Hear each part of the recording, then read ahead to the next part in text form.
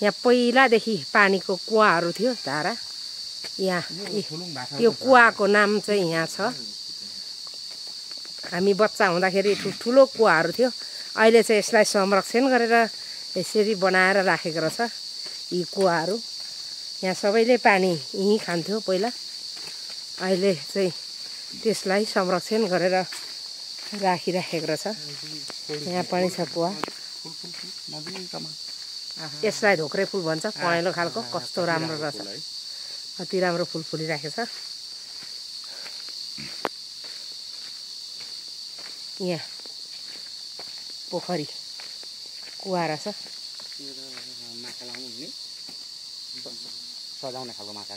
ल हाम्रो जाल्पा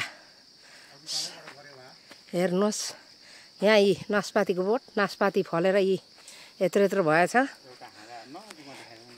नास्पातीको दाना लट्टै लट्टै लठरम्मै फलिराखेको छ। खाने बेला भएको छैन। खोइ कसरी देखाउनु र त, ल त।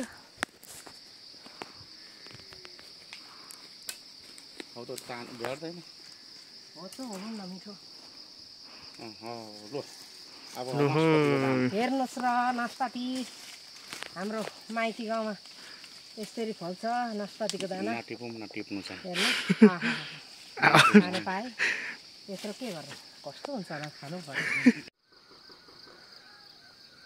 स्वर्ग न्याउली चरीहरू कराउँदैछ। स्वर्ग जस्तै संसार हेरौँ है।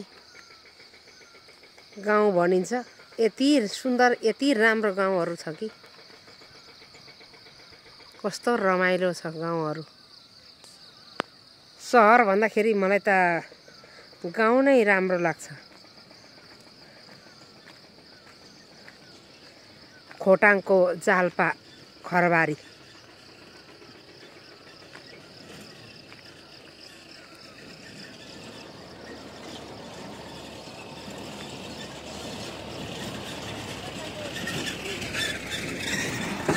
गाडी जाँदैछ। यति सुन्दर नमरी नै स्वर्ग पुग्ने ठाउँ चाहिँ यही हो है साथीहरू। हेर्नुहोस्।